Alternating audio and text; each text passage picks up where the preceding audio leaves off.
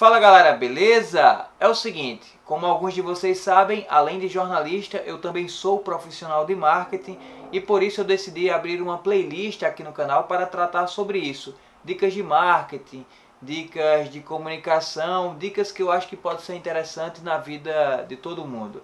E como a gente está às vésperas de uma eleição agora, uma eleição que é uma incógnita, né? Ninguém sabe se de fato vai acontecer ou se teremos, por exemplo, eleições, as primeiras eleições sem aglomerações da história, né? Seria bem diferente. E por isso eu convidei meu amigo Bruno Oliveira, que é profissional de marketing político, uma das grandes referências aqui no Rio Grande do Norte, nessa área, para batermos um papo e falarmos sobre o marketing nesse cenário e o que é que ele está pensando das eleições de 2020. Eu acho que quem gosta de marketing, quem gosta de comunicação, para quem gosta disso, vale muito a pena conferir esse bate-papo. Vamos nessa. Meu amigo Bruno, e aí, cara, como é que você tá nessa quarentena? Guardadozinho em casa, trabalhando home office?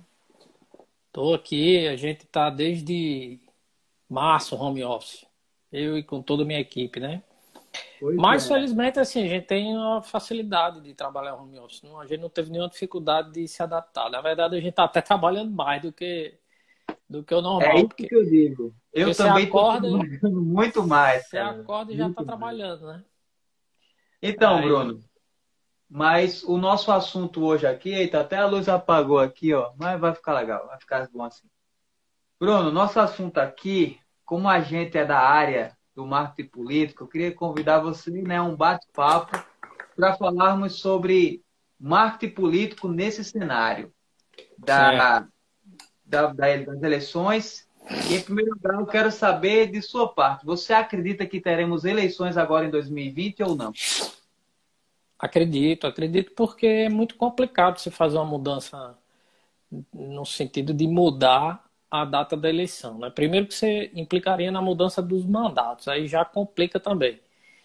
Ah, Mas particularmente acredito que, como não acho que vá haver uma diminuição assim, então como a gente esperava, né? Como todo mundo gostaria que fosse nessa coisa do Covid, eu acho que a eleição tende a ser adiada para dezembro, novembro ou dezembro.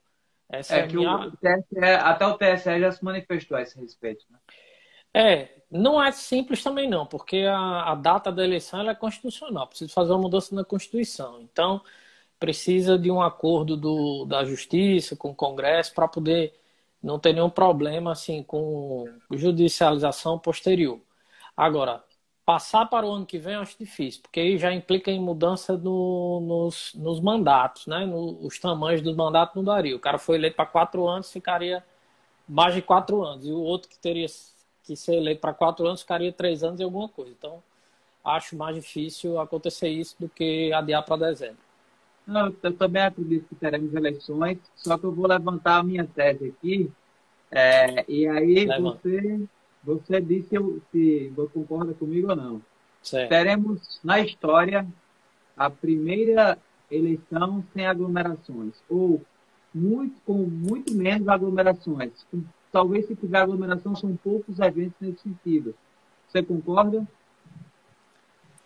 Campanha que eu estou falando, né? Não a votação. A votação será necessário ter lá a votação na urna, mas eu acho que será a primeira campanha Mas onde não teremos grandes aglomerações. uma das hipóteses, inclusive, é de colocar a eleição em 2 dias, sábado e domingo, para poder aglomerar menos do que num dia só. Eu já ouvi essa hipótese também, o que também implicaria em mudança constitucional.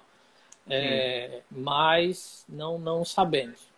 Eu acredito, assim, eu vou dizer a você, o meu sentimento é que eu torço para que não. Eu torço para que você esteja errado. Porque o momento político, por mais que a política esteja tão criminalizada ultimamente, mas o momento político ele é muito importante para a sociedade, né? É muito importante e salutar para a democracia.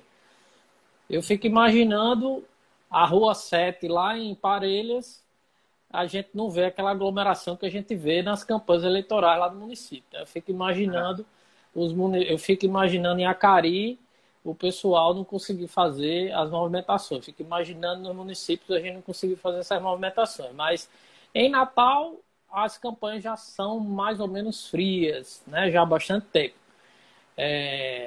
Eleição municipal passada aqui parece que não teve nem campanha. Mas eu torço para que você esteja errado e eu torço para que as pessoas possam sim participar, se envolver, ouvir as propostas dos seus candidatos enfim, participar. Mas é Mas aí, possível sim que a aglomeração seja muito limitada esse ano, é possível. mas, mas aí, Bruno, do ponto de vista do marketing político, que se molda, né? Ele é dinâmico e em cada eleição ele tem as suas estratégias e tudo mais. Eu vou até citar aqui um caso que eu acho que eu já contei para você. Em 2008, quando eu tinha a NEP Comunicações em Campina Grande, 2008 a gente queria fazer lá vídeos para candidatos para a internet.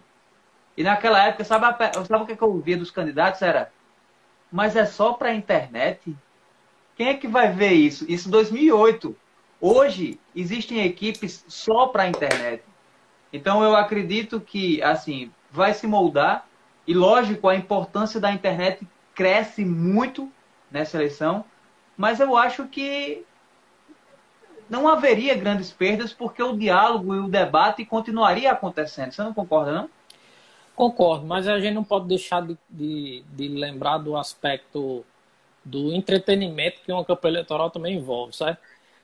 A participação política, ela se dá assim nos meios sociais, o debate e tal, mas existe aquela coisa do entretenimento, existe aquela coisa do piripiri, existe aquela coisa da festa também. É salutar para a democracia, volto a dizer. Não é ruim, isso não é feio, não é ruim, e muito pelo contrário, é uma festa, a eleição e as campanhas eleitorais, especialmente no interior. Eu digo isso porque, como eu falei, nos maiores centros isso já há um esfriamento de algum tempo, mas no interior a gente vê muita participação das pessoas, né? Sim, envolvimento. Chega a quase ser uma torcida de futebol, né? Torcida A contra torcida B. Mas eu acho que com certeza a gente também aqui trabalha desde 2008 campanha eleitoral. Em 2010 a gente teve a oportunidade de trabalhar numa campanha de Senado e assim, eu coordenei o setor digital da campanha de 2010 e era incrível. A gente ficava num quartinho nos fundos, lá escondido, quase ninguém via. Alguns chamavam a gente dos meninos da TI, aqueles meninos da TI que estão ali, não sei o que é que eles fazem direito. E hoje realmente a gente tem ocupado espaços cada vez mais fortes. Tive a oportunidade de trabalhar na outra campanha agora de governo e com certeza a gente já ocupou um espaço muito mais significativo na campanha, muito mais importante, porque o meio digital ele está cada vez mais sendo significativo mesmo e importante. Nessa eleição de agora, eu não tenho nenhuma dúvida que o digital vai ser peça-chave. Inclusive você, meu amigo, minha amiga, você que é candidato em 2020, vai ter eleição. E você, se não tem ainda um espaço digital bem eficiente, pois corra, viu? Tá na hora de preparar isso, né, Vanderlei? Com A certeza. pré-campanha é o momento E na ideal para quem quer Aliás, ser candidato. deixa eu te relatar uma coisa que aconteceu, velho. Eu fiz um vídeo em 2016 para o meu canal, um vídeo meio despretensioso, ensinando como criar slogan de campanha. Eu Esse lembro desse vídeo vídeo. agora, como as buscas aumentam nesse período que antecede a eleição, né? Começou a rodar vários lugares do país, então tem gente me procurando de Tocantins, Minas Gerais, São Paulo, vários lugares, me perguntando, acha meu WhatsApp e vem me perguntar, tá aqui e tal. Cara, e eu fui conversar, e teve um cara que eu fui conversar de Minas Gerais, e esse cara, ele mandou para mim um vídeo, o cara me parece que é um cara que tem recursos, que é cantor e fez um material já bom dele, mas ele mandou um vídeo para mim com a qualidade muito ruim, com reverberação e tal, e aí ele começou um vídeo se apresentando. Eu falei, velho, é o seguinte, eu não sou adepto dessa onda. Eu acho que, em primeiro lugar, a melhor forma de você se apresentar é você mostrar ações, mostrar que você conhece os problemas, como você está agindo nesse sentido, e depois, por acaso, você começa a se apresentar como pré-candidato. Mas, em primeiro lugar, mostre o que você pensa, ou quais os problemas da cidade. Aí eu disse assim, cara, se você não conhece os problemas da cidade, você não merece ser vereador. Meu irmão, esse cara pegou um ar que disse assim, guarda sua opinião para você. Beleza, velho. Tipo, você quer um cara que diga aquilo que você quer ouvir apenas, então, bicho, procura outro que não é o meu caso.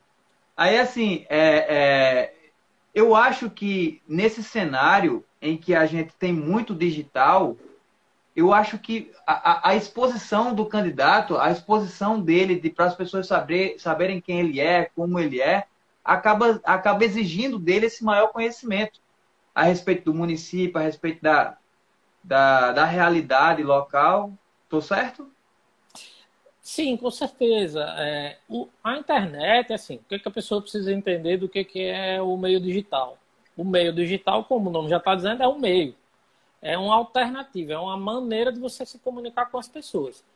Antigamente você tem que fazer isso como? Você tem que fazer isso pelo rádio, você tem que fazer isso mala direta, mandava uma cartinha para a pessoa, carro de som, visita pessoal.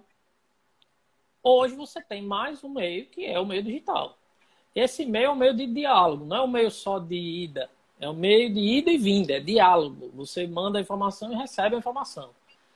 Como o cara que mandou a informação para você, ele recebeu. Não gostou muito da resposta, mas recebeu, recebeu o retorno. É assim, é assim. A outra característica é que no meio digital você tem a possibilidade de ser, digamos, mais franco, mais verdadeiro, né? Nós estamos aqui, eu estou aqui em casa, a gente tem a oportunidade, se a gente estivesse gravando em estúdio, a gente estaria mais, né? A gente estaria se arrumando mais, a gente estaria mais preocupado com a estética, com a forma. Mas no meio digital não, as pessoas querem ver você realmente do jeito que você é. Com o candidato, com a candidata não é diferente. Então, assim, eu acho que o grande desafio ainda existente, a grande barreira existente que faz as pessoas ficarem em dúvida, ficarem sem saber, é essa preocupação. Será que eu sei lidar com o meio? Será que eu sei fazer? Será que eu não sei fazer? Como você disse, em 2008 vocês estavam lá produzindo conteúdo para internet. Tudo bem que se produzia meio que como se fosse ainda para a TV, mas era jogado no meio da internet, né? Hoje a gente tem um nível de informalidade maior. Você teve uma grande experiência lá com a TV Seridó, que foi um A grande... linguagem mudou completamente. A linguagem é outra, o formato é outro, né? Então, você tem que levar em conta todas essas questões aí, porque, sabe, eu acho que a franqueza é a peça-chave aí. A gente tem que ser franco, tem que ser verdadeiro. Claro que todo mundo, quando liga uma câmera, acaba virando meio que um personagem de alguma coisa, mas você tem que transmitir a realidade. Você tem que transmitir a real. Tanto que existem inúmeros e inúmeros canais que fazem sucesso na internet, em qualquer plataforma, e eles são nada mais nada menos do que o dia a dia das pessoas, do que o que as pessoas fazem, os exemplos das pessoas. Enfim, eu acho que é por aí. Deixa eu mandar um alô aqui para 3 vereadores que entraram aqui, mandaram abraço para a gente, que é Tá, o Frank Pepeu, lá de Parelhas, vereador Frank, vereador Pepeu de tão Parelhas, prestigiado, né? e a Luísa Vieira de Campo Grande também, falando aqui, Legal. bate-papo legal. Bruno, tem outra tese para tratar contigo aqui. Vamos lá. Eu tenho, e aí está na base do achismo, tá? Certo. Eu acredito que essa campanha agora, nós teremos uma campanha onde o cenário federal, o acirramento que o Brasil passa, vai afetar como nunca antes a questão local e a disputa local. A gente teve aí, eu vou citar um exemplo aqui, você lembrar, por exemplo, na época que Lula era presidente, você tem uma campanha de 2008 e a campanha de 2012, todos os candidatos a prefeito queriam ter uma foto de Lula no cartaz, porque era meio que unânime. Hoje você tem um acirramento, uma divisão política louca, cara. Então, assim, essa coisa da disputa de quem é esquerda, quem é direita, mesmo sem as pessoas entenderem isso, acaba afetando. E eu queria saber se você concorda comigo. A gente vai ter uma campanha onde a questão federal vai influenciar na disputa local? Mais uma vez eu vou concordar, mas torcendo para que não. Eu acho que sim, pela primeira vez a polarização nacional tende a ter influência na eleição municipal. Por que pela primeira vez? Porque nós não temos histórico recente do Brasil de uma eleição onde o nacional influencia tanto na eleição municipal. Por quê? Porque a eleição municipal geralmente é discutido o quê? É discutido o fato local. É discutido o calçamento da rua do cara, é discutido o posto de saúde se tem remédio ou não tem, é discutido aqui em Natal o transporte coletivo, é discutido os problemas locais. Só que nós estamos numa polarização a nível nacional tão grande que realmente pode ser que isso aconteça em 2020. Mas, mais uma vez eu digo, eu torço para que não. Torço para que não, porque o problema local, sim, ele deve superar a disputa nacional. Porque é o problema mais próximo da pessoa. É aquela coisa que está aqui alguns colegas aí, amigos e conterrâneos, né, vereadores e tudo, que estão aqui. Nosso amigo também, meu amigo aqui, Afrânio Miranda, que recentemente se lançou aqui pré-candidato a prefeito em Natal também, está aqui participando. Um abraço, Afrânio. Esse fato local, ele tem que ter muito peso. Esse fato local é muito importante para que as pessoas discutam e façam esse debate sobre os seus problemas do cotidiano. Essa que é a grande questão. Mas eu acho que há tendência, sim, de haver uma polarização nesse Fla-Flu. Você falou o exemplo de Lula aí, no alto da sua grandíssima popularidade, aprovação do governo e tudo mais, Lula esteve em Natal em 2008 para pedir voto para Fátima Bezerra, naquela época candidata a prefeita. Isso não impediu de Micarla ser eleita naquela eleição em 2008. O que a população disse? Lula, a gente gosta muito de você, muito obrigado por você ter vindo aqui, mas nós queremos agora Micarla para prefeita. Esse foi o recado, né? Então, Natal, naquela época, elegeu Micarla, mesmo Lula sendo um cara super aprovado em Natal também. Então, esse tipo de característica, esse tipo de coisa, sempre foi presente nas eleições municipais. 2020 pode ser que seja diferente. Meu amigo Felipe Balá, também vereador em Acari. Então, prestigiado, que o negócio tá bom, hein, Lula? Você é um danado mesmo. Eu É o não. seu prestígio, é o seu prestígio. Bruno Oliveira que é moral. Bruno, e aí, como é que você acha, dentro desse cenário, como é que os candidatos devem se comportar? Porque, assim, o fato da eleição ser adiada há alguns meses e o fato da gente estar vivendo um momento das pessoas, uma parte delas em casa, eu acho que acaba estendendo muito mais a importância da pré-campanha, né? Das pessoas estarem presentes ali já agora, mostrando seu posicionamento, essas coisas todas. Como é que o cara que é pré-candidato ou pré-candidata vai se comportar nesse cenário? Porque, assim, era muito comum que em algumas eleições o cara dissesse assim: rapaz, questão nacional, deixa para o nacional, vamos discutir o cenário local, mas não vai ser assim. Então, como é que os caras se comportam? Eu ainda tenho fé e esperança que a gente esteja enganado e que a questão local ela ainda influencie mais. Eu acho que o cara que é candidato a vereador e o cara que é candidato a prefeito, ele precisa sim se dedicar para a cidade. Ele tem que estudar a cidade, ele tem que entender a cidade e ele tem que apresentar propostas relacionadas à cidade. Se no decorrer da campanha ele precisar se posicionar sobre o que está acontecendo lá em Brasília, sobre o nacional, ele que se posicione. A favor, contra, seja lá o que for. Mas ele precisa estar preparado para discutir a cidade. Eu acho que esse é o desafio maior na eleição municipal e sempre será. Eu, pelo menos, se tiver que assessorar alguém nessa época de campanha, eu vou dizer isso. Vamos se preparar para o desafio local, porque ainda assim é aqui onde as coisas são resolvidas. Esse problema ele emerge. Vai chegando perto e as pessoas vão, certo, mas e o medicamento que está faltando no posto? E o médico que não tem? E o calçamento? Então, e a poda de árvore? E a iluminação? E o problema da segurança? Então, isso tudo vai ser... Se o cara não estiver preparado e não tiver proposta para responder a isso, se ele estiver só no plano nacional, e ainda mais porque a discussão nacional, geralmente ela acontece de uma maneira muito rasa, torcida de futebol mesmo, eu torço pelo meu time e não quero saber, né? Eu vou com ele até o fim.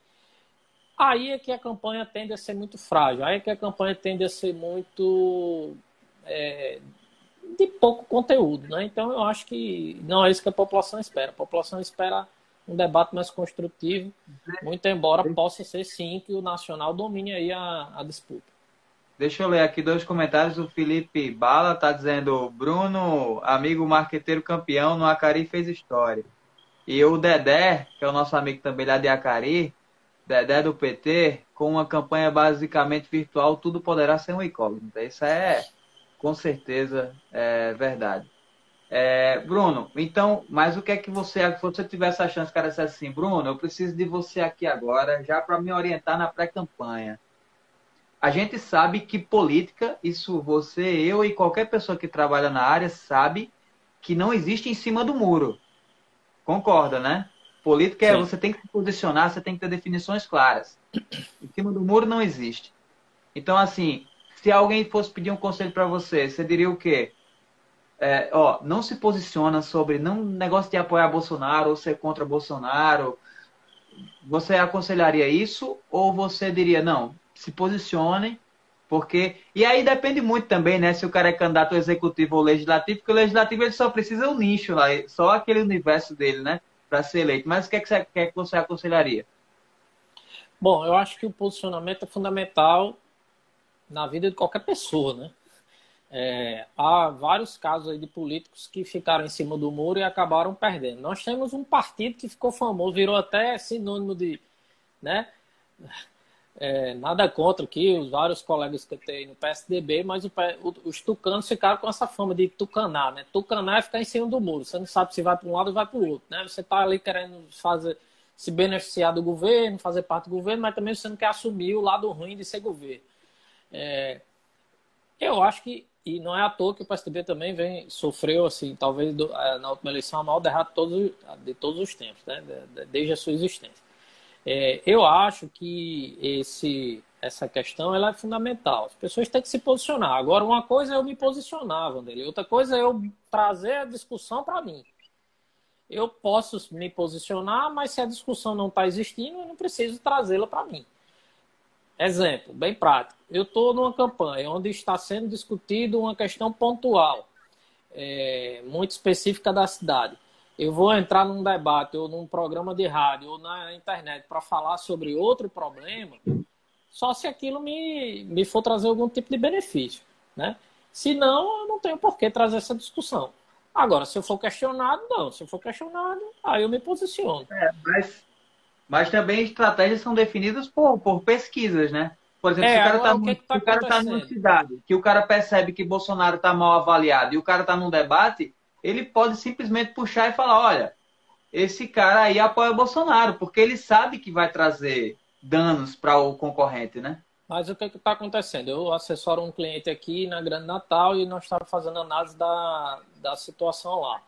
Tem um candidato contra ele que é bastante bolsonarista, assumiu essa coisa da extrema-direita.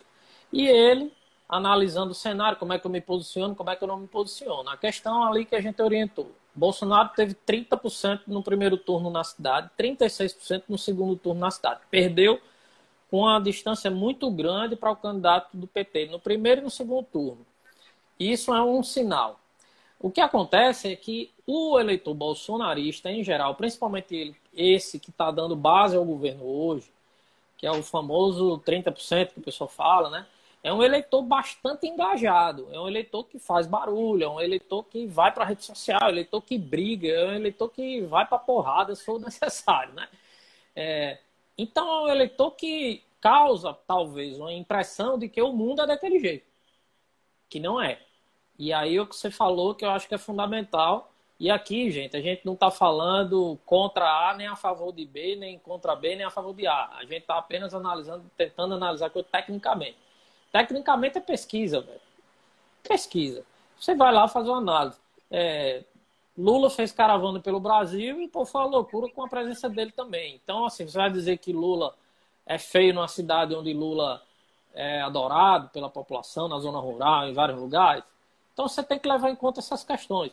No caso do Bolsonaro acontece a mesma coisa. É importante lembrar que Bolsonaro perdeu no Nordeste, né? É importante lembrar que Bolsonaro perdeu na maioria das cidades do Rio Grande do Norte.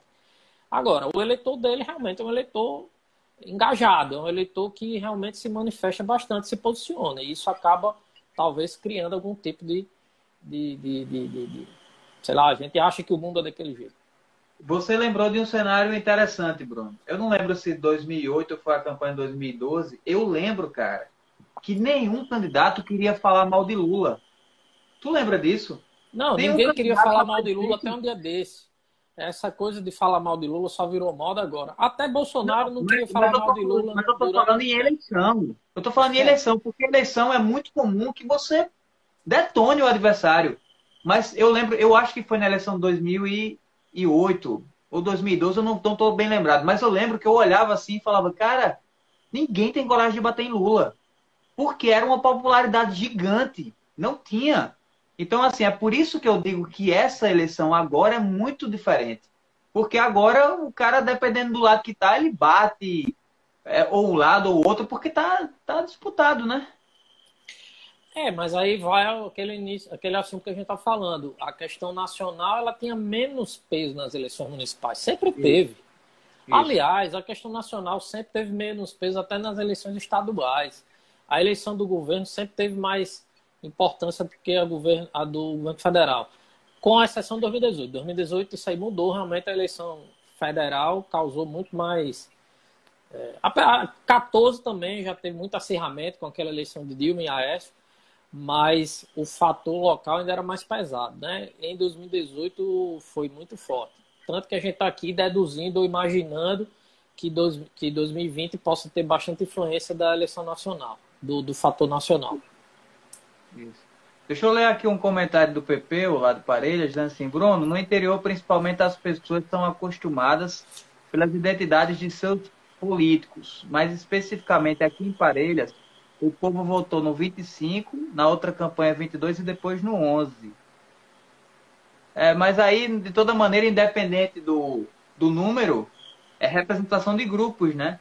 Então, assim, o acirramento nunca deixou de existir. A diferença é que agora tem um acirramento influenciado pelo federal. É louco isso, cara. Respondendo aqui ao nosso conterrâneo aqui, Pepeu, eu acho que não, Pepeu. Sabe por quê? Porque também, por outro lado, o outro grupo também votou no 13, depois votou no 15, primeiro votou no 15, depois votou no 13. Eu me lembro da eleição passada, que eu fiz até um comentário aqui num programa de rádio, que eu fui convidado para fazer uma análise, quando ainda estava se colocando o senador Stevenson como candidato. Ele ainda era pré-candidato, ainda estava vai, não vai, vem, não vem. E uma das coisas que polemizou muito naquela época foi que o Stevenson disse que não ia fazer campanha. Eu não vou fazer campanha, não. Quem quiser votar em mim, que vote. Aí eu levantei essa bola. Eu disse, mas e como é que as pessoas vão saber o número desse homem? Porque eu tô doido para votar nele, por exemplo. Mas não sei o número, como é que eu voto? Ele precisa fazer campanha para pelo menos dizer qual é o número dele, para as pessoas votarem. Até porque o partido dele era um partido que tinha sido pouquíssimo votado na história, que era a Rede. O número era 18. O número dele. Mas isso não impediu o senador Steve de ter sido eleito com uma grande votação. Um fenômeno, realmente, um ponto fora da curva. Né? Realmente fez uma campanha muito peculiar, totalmente rede social, praticamente. E não impediu dele ter sido o senador mais votado. Então, essa questão do número, eu acho, Pepe, respondendo a sua pergunta, que já teve mais influência, certo? Mas a campanha serve para isso. Quando começa o momento de campanha, você vai ficar ali, preparar material para ficar martelando aquela questão do número. Eu acho que a pessoa não deixa de votar porque o número mudou ou porque algo do tipo, não. Eu acho que são outros fatores que influenciam mais. Beleza? Olha aí, o Dedé, como sempre, meu amigo lá de Acari, tá colocando o questionamento aqui, ele tá discordando da gente. Ele disse assim, ainda acho muito localizado quem é contra o grupo de prefeito e quem não é. Então, essa luta tá discordando da gente aqui, né? Não, mas Lógico que entenda, eu influencia. acho. A gente não disse que não influencia. O que a gente falou é que a questão federal vai ter um peso nessa eleição. Só isso, Vai, né? mas aí é que tá. Ele não tá errado, não. A Sim, análise da claro. Dedé tá correta. A questão é que neste ano a gente está deduzindo que existe uma chance maior do federal influenciar no municipal. Ainda como hipótese, porque pode ser que no calor da campanha, se é que vai ter calor, É, se é que vai ter calor, porque se ficar a disputa realmente no campo das redes sociais, há uma tendência do nacional influenciar mais, tá? Importante também dizer isso. Se a verdade. campanha for para presença física, que o vereador consiga fazer visita, o prefeito consiga fazer visita, movimentações, não sei o quê, aí o fator local ganha mais peso. É verdade. Mas é muito distante a disputa ficar só lá no campo federal, você discutindo se Bolsonaro está certo ou está errado, se tem que ter impeachment ou não, se isso ou aquilo. É muito distante do meu problema de agora, do meu problema que eu digo, do problema local, do problema do cidadão que está com a sua rua esburacada, né? Do problema do esgoto, do problema disso e daquilo, que é muito Agora, mais Bruno, próximo. uma falha que eu acho em alguns pré-candidatos, e aí eu vou falar de maneira simplória. Eu acho que há uma falha de alguns, por exemplo, agora a gente vive um momento conturbado, todo mundo com cabeça no coronavírus, nas consequências disso. E eu creio que, por mais que o cara seja candidato a vereador, é sempre importante que ele esteja dentro do tema localmente. O que é que o cara está fazendo agora que está todo mundo perturbado, agora que está todo mundo buscando uma solução? Você concorda que qualquer um que é pré-candidato deveria estar aproveitando esse momento de mobilização para mostrar o seu empenho, seja em qualquer área, já que essa é um setor que acaba afetando todas as áreas, né? Olha, eu trabalho, assessoro candidatos, assessoro políticos, e eu acho que existe muita criminalização da política. E isso é muito ruim E para a democracia, perigoso. muito perigoso. As pessoas acharem que político tudo não presta, não sei o que lá. Primeiro que inibe a chegada de novos nomes, porque o cara fica com medo de entrar. Basta você conhecer qualquer amigo ou qualquer pessoa que resolva entrar para a política, que não é político, acaba de logo assim, vixe, não entre nisso não, você vai se sujar. Ora, a política, gente, não é uma coisa suja, muito pelo contrário, a política é uma coisa nobre, ela é fundamental para a existência da nossa sociedade, principalmente no ambiente democrático.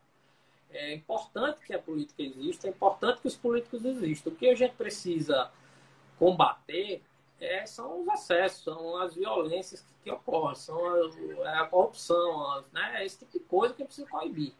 É igual aquela história que se diz, o boi está com carrapato, você vai fazer o quê?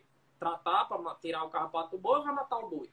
A gente não pode criminalizar a política porque tem alguns políticos que fazem errado. Então, respondendo isso, aí eu lhe digo, eu acho que é importante que político aprenda as lições que o universo dá, que o eleitor dá, que as pessoas dão, porque assim, veja, não é só analisar pesquisa, é de sentimento. Você está ali, o que é que as pessoas querem? O que é que o eleitor quer? Ele quer a sua franqueza, quer a sua sinceridade. Tem que acabar com esse negócio de político não saber dizer não. Tem que acabar com esse negócio de político ficar sempre querendo agradar com medo de perder voto. Político tem que falar a verdade, político tem que ser sincero, político tem que mostrar as dificuldades, político tem que dizer por que não fez uma coisa que disse que ia fazer. Ele não pode fantasiar, né? E é engraçado a gente estar dizendo isso, porque muita gente acha que a gente trabalha com marketing, que trabalha com campo eleitoral, fica inventando, fica criando fantasia. Não. O marketing eleitoral bom é o marketing que mostra a realidade no e cru. Você pega o candidato e diz, ó, meu candidato é bom nisso. Ele pode ser ruim nisso, mas nisso ele é bom. Como chega É, muita gente para mim e diz assim, fulano não sabe falar, você tem que ensinar fulano a falar. Fulano não sabe fazer um discurso. Gente, o cara tem 30, 40 anos, não aprendeu, vai aprender agora em 2 meses? Não vai, pô. não é professor de oratória, não, né? Claro, a gente tem técnica, né? A gente pode fazer um media training, pode dar algumas orientações, pode dizer ele o que é certo, o que é errado, mas ele só vai aprender com experiência. Eu já assessorei um candidato muito querido, aliás, já foi prefeito, e ele tinha uma linguagem muito verdadeira, a linguagem dele era a linguagem do povo, ele falava, né, errado, ele tinha dificuldade, era tímido. E para subir em palanque, a primeira vez que ele foi discursar, ele travou, ficou com medo danado. Disse, gente. Aí o pessoal botando pressão, os filhos botando pressão. Não, ensina ele a falar. Não, não tem que ensinar ele a falar. É uma conversa, amigo. Você vai conversar com o povo. Converse. Do jeito que você faz. E ele conversou. E ganhou a eleição. Conversando com o povo. Ele não fazia discurso. Ele tem dificuldade de fazer discurso. Né? Então, assim, ele foi verdadeiro. Eu acho que a grande lição sabe, Ivanel? Eu acho que o cara tem que ser verdadeiro, o vereador tem que ser verdadeiro, dizer o que pode, o que dá, o que não dá, tem que ser sincero, tem que tocar real. Não dá para ficar ludibriando, enganando mais a população. Esse é um dos motivos que faz com que muita gente desacredite dos políticos hoje. Bruno, as eleições locais ela tem uma particularidade, né, se a gente for comparar com as eleições estaduais e federais. Por exemplo, é muito comum que nas eleições mais amplas, estaduais ou federais, mais as federais, alguns temas venham em evidência, como, por exemplo, segurança, saúde, né? A gente vê que dessa campanha de 2018 o tema segurança, corrupção e tal foram temas que foram carro-chefe. Mas no campo municipal, como a gente falou aqui, geralmente são as situações locais, é a questão da rua, é a questão do posto de saúde, é a questão do município. Isso continua para a eleição de 2020? Eu torço para que sim, torço para que continue, porque essa discussão rasa que acontece principalmente no campo federal, se a Globo é isso, se cloroquina é aquilo, se o mundo é assim ou o mundo é assado, é muito distante, cara, é muito longe do que precisa ser resolvido. E as pessoas não entendem, mas essas coisas também acontecem meio que para abafar ou para esconder, ou às vezes até como estratégia política de algo maior que existe por trás. Enquanto isso, eu vou aqui conversando sobre cloroquina e não sei o que mais lá, e por trás você vai conseguindo implantar outras coisas ou fazer outras coisas que não foi dialogado nem foi acordado com a sociedade e com o eleitor que elegeu aquela pessoa. Então, eu acho ruim. Eu acho ruim. Eu me lembro que em 2002, quando o Lula foi eleito presidente, o principal tema daquela eleição era desemprego. Era o principal tema daquela eleição. Muito embora o país tivesse se equilibrado economicamente nos dois governos de Fernando Henrique, com o Plano Real e aquela coisa toda, que começou com o Itamar e depois com o Fernando Henrique, a recessão e o desemprego em 2002 era muito forte. E Lula foi apresentado naquela eleição como uma solução, como alguém que tinha condições de fazer uma mudança, que era um sentimento que existia. E aí, fazer a leitura do sentimento da sociedade é muito importante, porque o Lula ele tinha que se apresentar naquela eleição e se apresentou como uma solução viável para aquilo. Em 2014 aconteceu uma coisa interessante também. Já começava a existir um sentimento de mudança na sociedade. Em 2013 houve aqueles protestos e tudo mais, Dilma já vinha desgastada. Mas a eleição de 2014 reelege Dilma com o discurso de que era preciso continuar mudando. Olha só, 3 gestões do mesmo grupo, né, o PT no governo, e em 2014 ela foi eleita com o discurso é preciso continuar mudando, né, para o Brasil continuar mudando. Ou seja, já incluía a palavra mudança no discurso de que era a situação, inclusive. E foi mais eficiente do que o de Aécio ganhou a eleição. Em 2018, o que a gente viu? Uma eleição bem atípica, bem diferente realmente, mas um sentimento de que a questão da segurança, a violência, o desgaste ocorrido também com toda coisa de Operação Lava Jato e tudo mais, aí o candidato leva uma facada no meio da eleição, quer dizer, tudo muito surreal, tudo muito esquisito, e isso favorece a eleição do Bolsonaro para presidente da República. Então, cada eleição tem uma realidade. O que é importante no município é que os candidatos, os pré-candidatos, façam uma leitura adequada do que está acontecendo. Vou citar um exemplo aqui vou dizer o milagre, mas não vou dizer o santo. Uma eleição que aconteceu aqui no estado, uma eleição suplementar, onde o prefeito havia sido cassado. Aí o grupo de oposição lança candidato contra o grupo da situação, mesmo que o prefeito cassado, o grupo da situação lança o candidato. E o grupo da oposição batendo em quê? Corrupção. Não, porque corrupção, porque foi cassado, porque corrupção, porque foi cassado. E não crescia. O cara da situação liderava as pesquisas. Pega a pesquisa e vamos analisar. O que a população está querendo? Água. A população está querendo água, meu. A população quer saber de corrupção, não. Quer saber de água, que está faltando água nas comunidades. Quem vai resolver o problema da água? Quem até então estava demonstrando que tinha mais condições de resolver o problema da água era o candidato da situação. Ganhou a eleição. Então, eu quero dizer a você que nem sempre a lógica do candidato é a lógica do povo. A gente tem que tentar interpretar a população. Então, eu não sei dizer você, Vanderlei, pode até ter algumas cidades onde o nacional influencia mais e outras influenciem menos.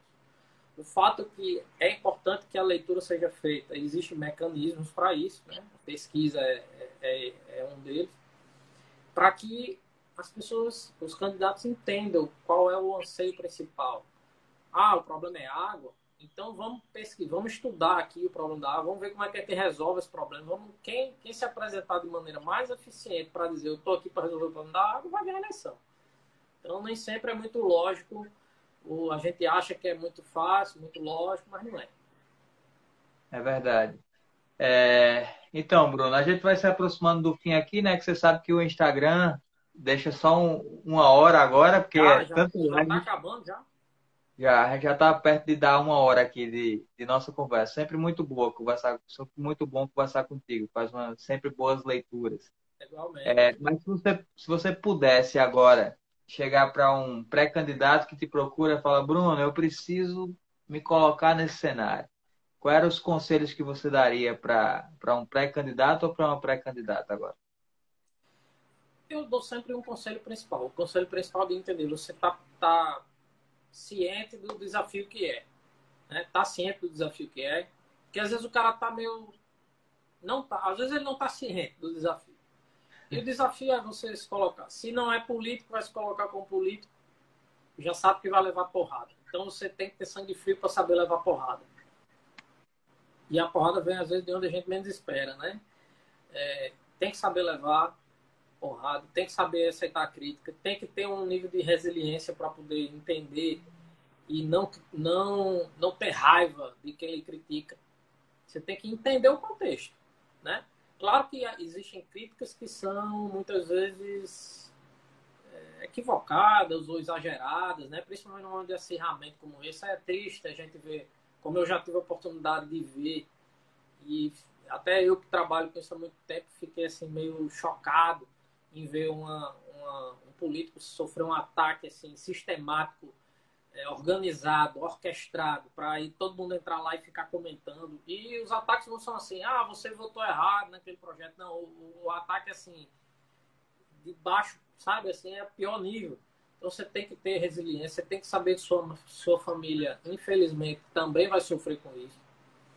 Não é simples estar no papel de político, não é simples, mas a população também tem um pouco de razão em reclamar, estar frustrada, estar triste.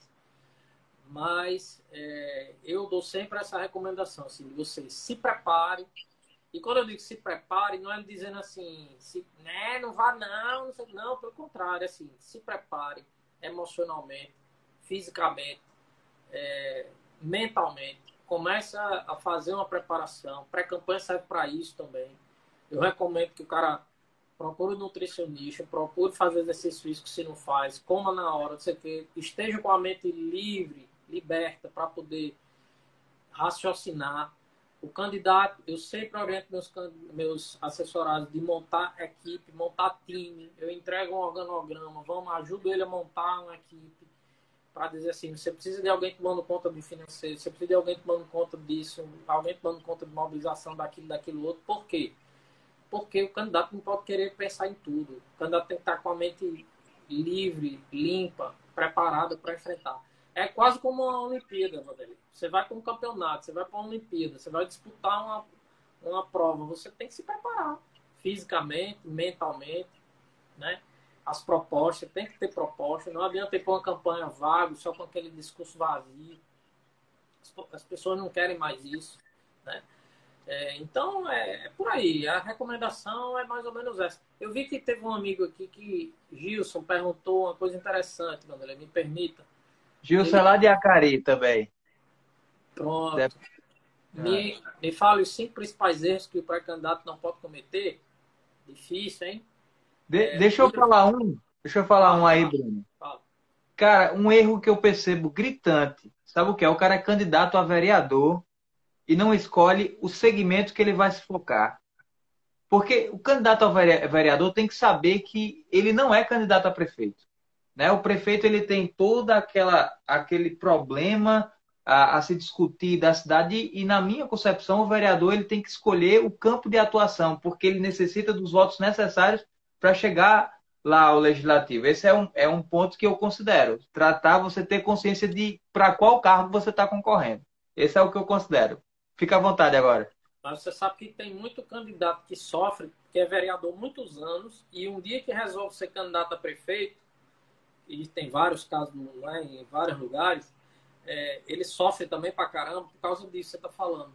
Porque Aham. dependendo do município, para ser eleito vereador, eu preciso de, sei lá, 500 votos, 800 votos, 1.000 votos. E para ser prefeito, eu preciso de 5, de 100, de 10. Então, entenda que para eu ter 800 votos, às vezes eu conversando com 2.000 pessoas, eu consigo os 800 votos. Mas para ter 5.000 votos, eu tenho que conversar com muito mais gente. Então, o cara atende por dia na casa dele 20 pessoas. Aí ele multiplica pela quantidade de dias que faltam para a campanha. Se ele conversar com 20 pessoas diferentes até a campanha, ele não consegue a rama de voto que ele precisa. Então, fazer campanha de vereador, fazer campanha de prefeito como se fosse de vereador é um erro grande, viu? Eu não sei se tem algum pré-candidato a prefeito aí que é vereador hoje, mas é um erro que é crucial, você tem que ter muito cuidado.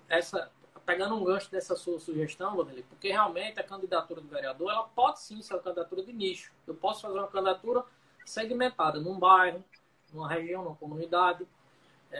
Eu tenho um amigo aqui na cidade de Florânia, que foi eleito vereador, e nós estávamos na eleição, eu não trabalhei lá nessa última eleição, mas eu estava acompanhando de longe, vendo, né, os amigos que tinham sido eleitos e tal, e outros, e saiu as primeiras urnas na cidade e não aparecia o nome dele entre os eleitos, eu já estava agoniado.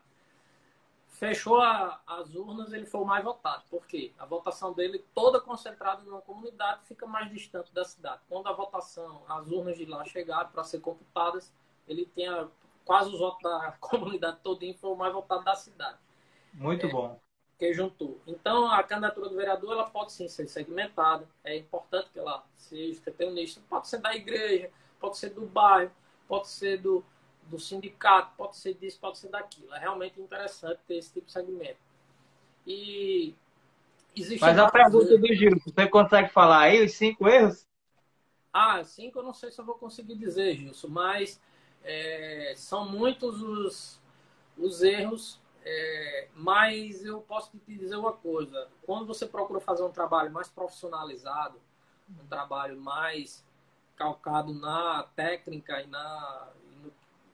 né, e menos na emoção e mais na razão, você diminui muito significativamente a chance de errar.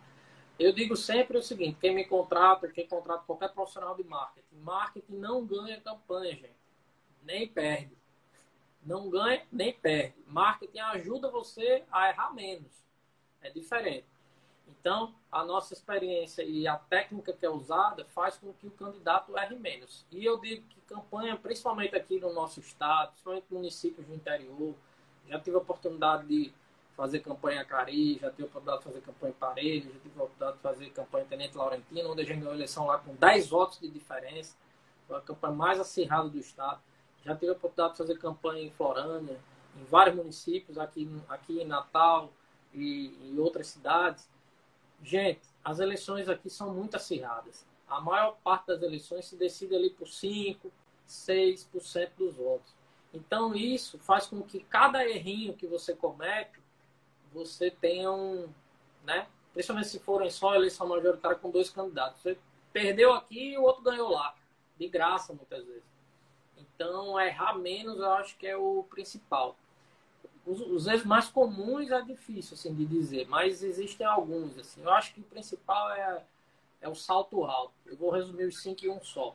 É achar que a eleição está definida antes dela começar. Isso, para mim, é o principal erro que eu vejo em vários candidatos. Muitas vezes tem gente que contrata a gente e a gente, às vezes, é obrigado a dizer, cara, se você contratou, me escute. Se você já sabe o que tem que fazer, não me contrata, não gaste dinheiro, não. É. Faça o que você quer fazer, né?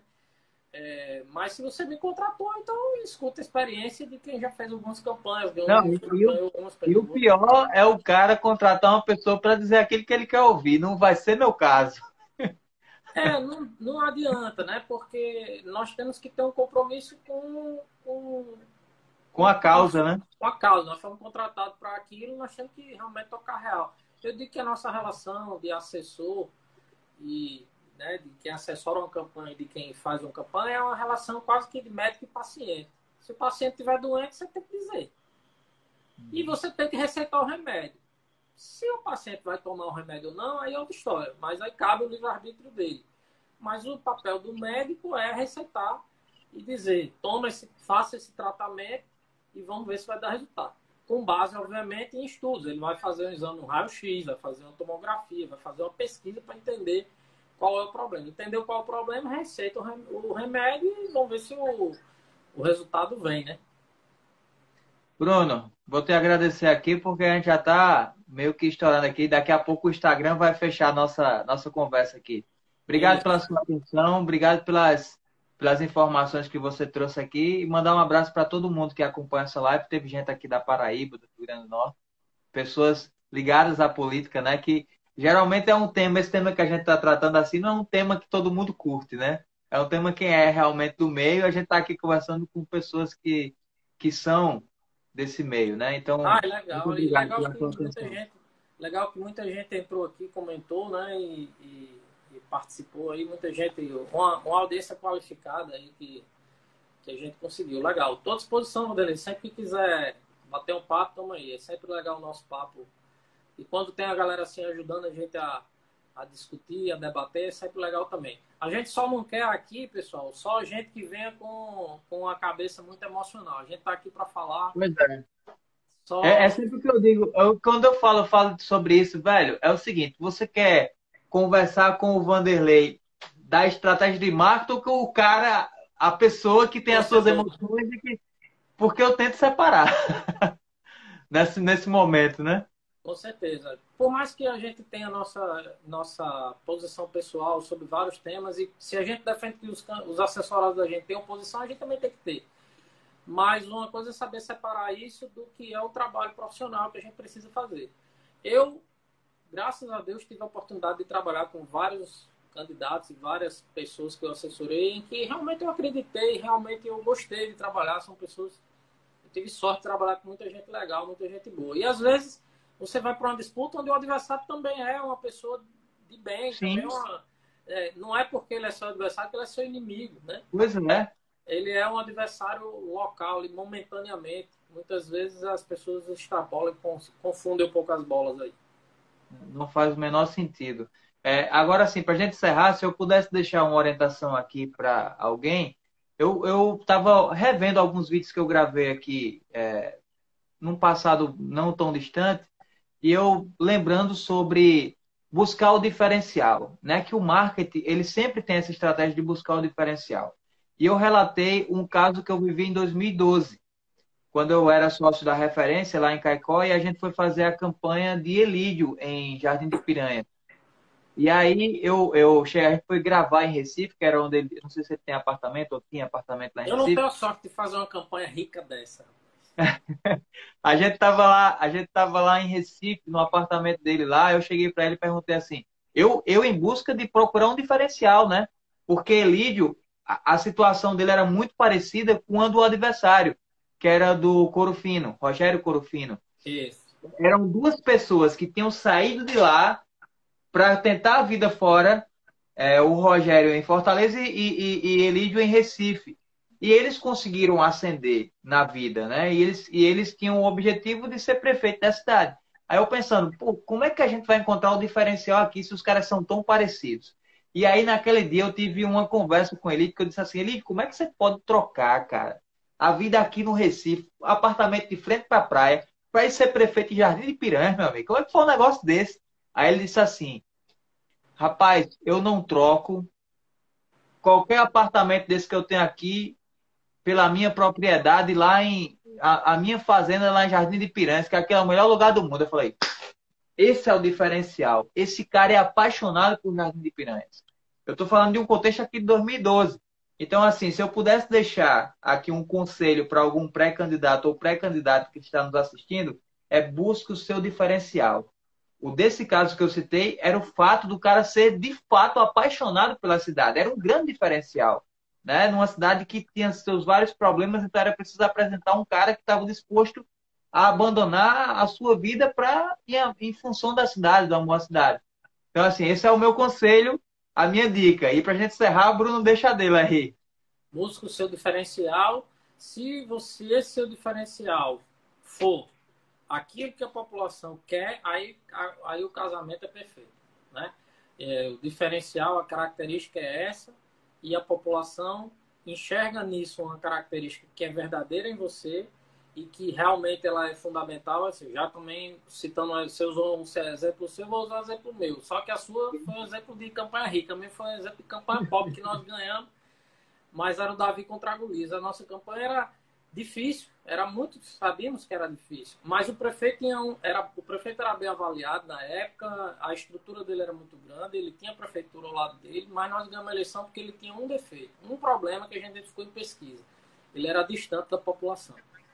E aí o nosso candidato tinha uma característica que era muito boa. Ele era próximo da população. Então nós exploramos isso do início até o fim. Ele fez discurso, ele andou, ele estava sempre perto do povo. E o nosso adversário, ele infelizmente, ele não entendeu isso e ele fazia discurso, na época podia usar trio elétrico, ele fazia discurso sendo do trio elétrico, bem distante do povo. A casa dele era toda fechada, ninguém via esse homem na cidade. Então isso acabou atrapalhando ele e nos ajudou a ganhar a eleição. Se o seu diferencial é aquilo que a população espera, aí o casamento está perfeito.